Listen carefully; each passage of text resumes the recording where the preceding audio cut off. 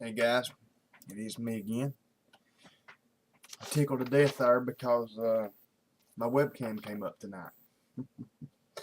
Today is Monday, I guess, October 24th. Makes it day 297 on a project Serve Him More. Yeah, guys, I'm tickled to death to get to use this webcam tonight, not the one on my laptop.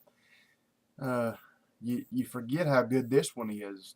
Do you have to use the one on that laptop? The audio is always off a little bit on this one, but I noticed last night it's off horrible on that one. Plus, it's a 240 resolution. This one's 360. So this one's quite a bit better. But yeah, I do thank you all for being here tonight. Guys, I wanted to get this in a little bit earlier tonight, but I didn't realize that it was going to take so long to upload my video I just uploaded. So if you've not seen that, look for that. I think I called it Dodge Truck Rear Diff Job or something. Something like that. I figured differential would be too long a word, that my title would be 3 days long, so I didn't use it. But yeah, I filmed that for you guys today. So I really didn't get into any technical stuff showing actually how to do it. But I just kind of showing what a typical job that we do is like, and that there's that kind of deal. I showed the test driving of it, and after we tore it down, finding the problem, then a little showed checking the backlash on it, and then putting it back together. I didn't show it putting it back together, but after I got it put back together and drove it and that kind of stuff. So anyway, by the time I put it in my Flipshare software and put all my clips together and put the title and the credits and stuff on it, it was 17 minutes long, like 17:05, and that thing took almost 3 hours to upload. I think I heard, I think it was VW Durham was talking about that once, or he's maybe talked about it more than that, about how long these videos took to upload. And I tell you, that's the longest one I've ever uploaded. That one was 500, I think, and 18 megabytes. Like I said, that one took right at 3 hours. I started on it right at 10 o'clock, or 10:15, something like that, and right now it's 1:25, and it just now got done uploading a few minutes ago, so it took right at 3 hours. I tell you, people that have got slower, which I don't think that has much to do with it as far as uploading, though. I had a buddy that works on computers once told me that your internet speed, even if you had like a 6 meg or 10 meg or 20 meg internet, I don't even know if they make a 20 meg, I know they make a 10. Mine is a 6 meg, is what I got here.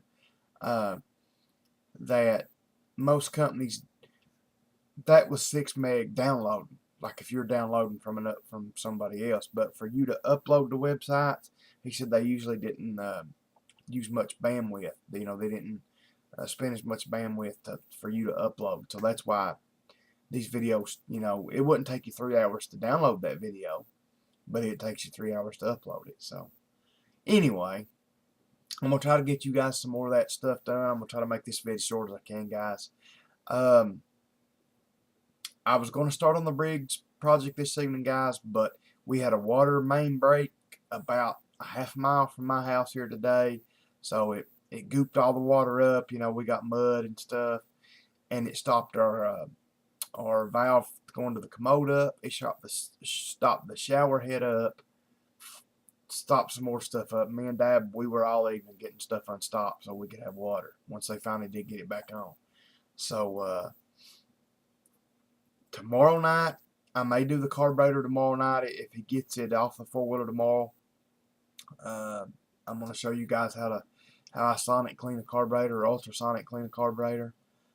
So I may do that tomorrow night, and then maybe I'll start on the Briggs motor Wednesday night. So either way, I'll have you that stuff coming. I'm going to try to make you a lot more videos. Like I said today in my video that hope you guys will see, he really did. VW Darren he's inspired me to make these videos.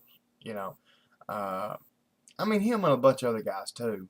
But mainly him, just You know, he makes a video pretty much every day, at least one video a day.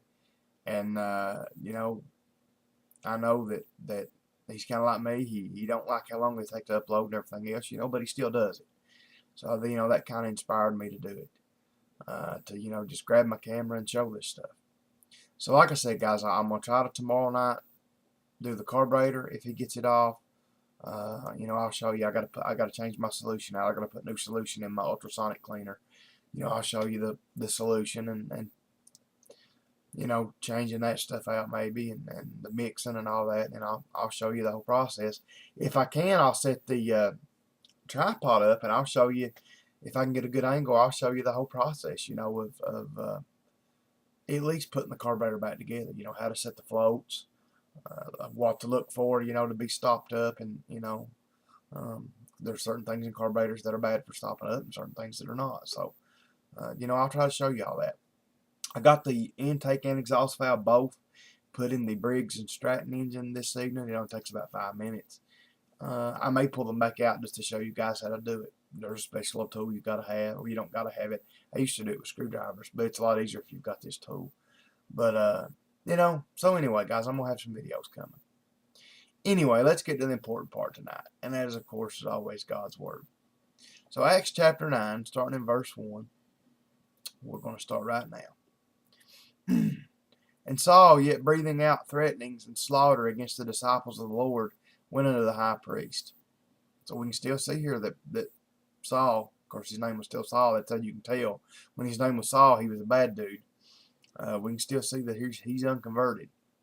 And desired of him letters to Damascus to the synagogues, that if he found any of this way, whether they were men or women, he might bring them bound. Where I got bond at. I was thinking about Bondo. Been watching too many bodyworking videos. Might bring them bound unto Jerusalem. So we can see here he was basically just asking for permission for him to go to Damascus, and anybody he found in the Jewish synagogues that were preaching the word of the Lord or anything like that, he had permission to basically put them in shackles and bring them back to Jerusalem. Basically is what he was looking for permission, and they gave him permission. So it says here in verse 3, and as he journeyed, he came near Damascus, and suddenly there shined round about him a light from heaven. And he fell to the earth, and heard a voice saying unto him, Saul, Saul, why persecutest thou me? And he said, Who art thou, Lord? And the Lord said, I am Jesus, whom thou persecutest. It is hard for thee to kick against the pricks. And he, trembling and astonished, said, Lord, what wilt thou have me to do? And the Lord said unto him, Arise, and go into the city, and it shall be told thee what thou must do.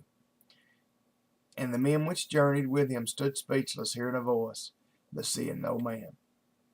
And Saul arose from the earth, and when his eyes were opened, he saw no man. But they led him by hand, and brought him into Damascus. And he was 3 days without sight, and neither did eat nor drink. You can imagine. If I was struck down blind, I'd say I wouldn't have much of an appetite either. And there was a certain disciple at Damascus named Ananias. And to him said the Lord in a vision, Ananias, and said, Behold, I am here, Lord. And the Lord said unto him, Arise, and go into the street which is called Straight, and inquire in the house of Judas for one called Saul of Tarsus, for, behold, he prayeth.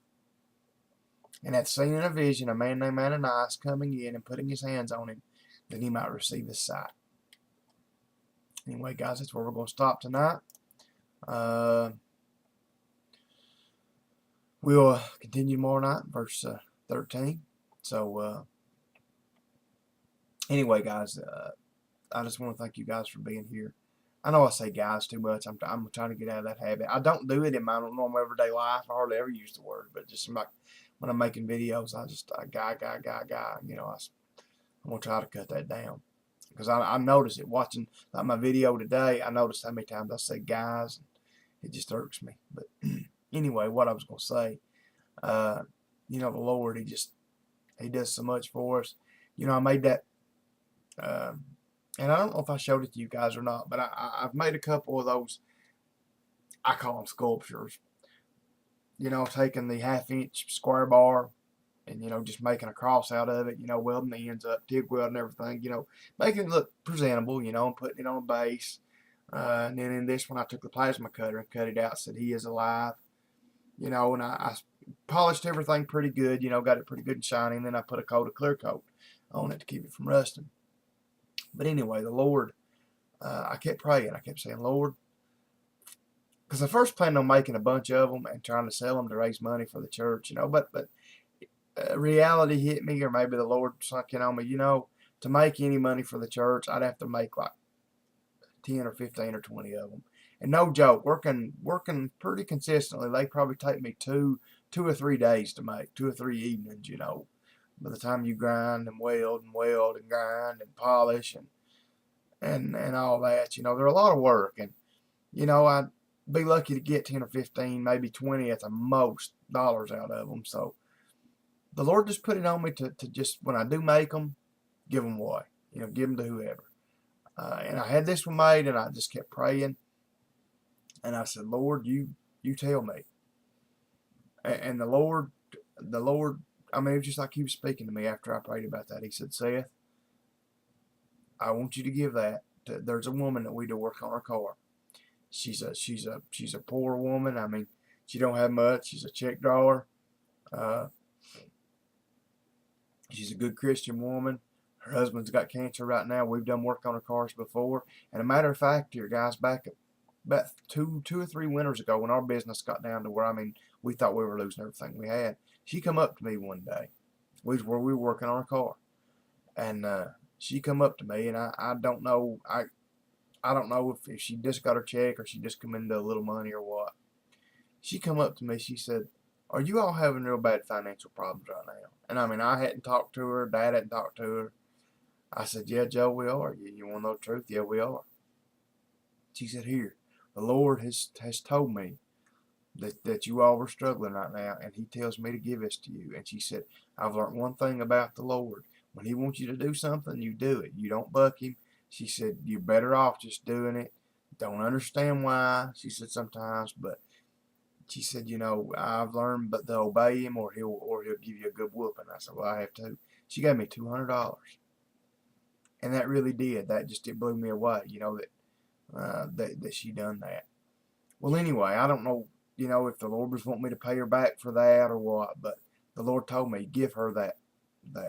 Well, that was a couple of weeks ago, or a week and a half ago, he told me that. And I kept saying, well, Lord, if you really want me to give it to her, make sure that it's you, give me some proof of it, that I'm not just thinking this, that I'm not just making this up, and he just, yesterday, I was praying about it, and I said, Lord, I need some guidance on this, this thing's laying on the floor here. I want to give it to somebody. Do you want me to give it to her? And I basically said to the Lord, I said, Lord, if you want me to give it to her, I said, I don't hardly ever see the woman. I mean, we work on a car once every in a blue moon. I said, if you want me to give this to her, if you really want me to give this to her, see her within the next 2 days or something, because more than likely I won't be. I said, if I see her, if I run into her, I'll know that that it's of you. I walk in the garage today, and there she sits in our waiting room. We were working on a car. We had to put a pair of steering hose on it, and I just knew. I said, Lord, thank you for confirming that to me. So I come up here home and I gave it to her. I got it and gave it to her, and you could tell it touched her so much. She said her husband. She said he'll be tickled to death by it. Like I said, her husband's got cancer, so I want you guys to pray for them. But I just wanted to tell you that story real quick. This video's coming out to be a lot longer than I want it to be, but hey. Anyway, guys, I'm going to try to get these videos shortened back down. I know some of you guys are probably getting tired of watching these 15, 16-minute, especially the project serving more videos, because, they don't really need to be that long. But I'm going to try to get them squeezed back down, guys. But, I got to do what I got to do and got to say what I got to say. So I just hope you guys have got a little bit of long attention spans. So anyway, guys, thanks for being here. I love you guys. If you need anything, as always, let me know. Good Lord willing, I'll be back here tomorrow night. Until I see you guys again, good night, and God bless.